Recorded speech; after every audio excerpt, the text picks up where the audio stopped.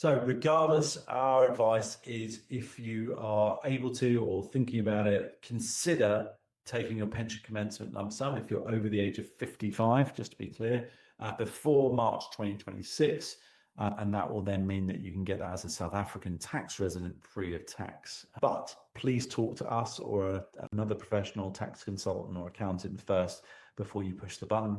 You might have other unexpected consequences by doing so. But generally speaking, our advice is to lean in that direction. If you do already pay tax on your UK pension income, so it's deducted at source, then you're not going to pay South Africa as well. Just be clear, there is a dual tax agreement in place that stops that. So for example, if you're ex-civil service, military, police, that sort of thing, NHS, you do still have to declare your income tax to SARS, and that can result in a credit or a rebate from SARS under the dual tax agreement. So again, our advice is take advice from a tax consultant and potentially make sure that all your affairs are in order. If in doubt, make sure. One of the things that we offer with all of this, I know it's a lot to take in, is a free pension MOT.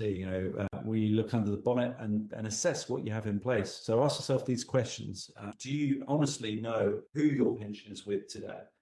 Quite often they say, oh yeah, it's with Aviva, or it's with Aegon, or it's with Standard Life. Yeah, sure. But then they find out it was sold to Willis Towers Watson, or it's sold to a Standard Life or something like that. Pension books change hands in the UK all the time, and each time there's a change, there's yet another opportunity for you to lose contact with your pension fund. And that's the conundrum. Those £19 billion didn't just find their way there by accident. So, you might have lost touch with something you're entitled to. So if you don't know exactly who it's with, that's worth having a look. And do you know how much it's worth today? Do you have immediate online access? You're able to see, what it's doing and why.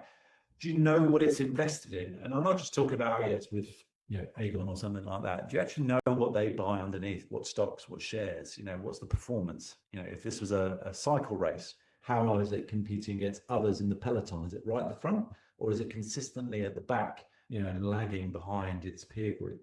How have Trump's tariffs impacted its value? We've had, coronavirus, we've had all sorts of challenges, we've had wars. But what's going on with tariffs? Has that really damaged your pension fund? Is it completely exposed, for example, to the UK, which has been very lackluster in growth when you compare it to American markets over the last decade or so? So understanding all of that. The key thing, though, again, I come back to is this question: how is it performing against its peers?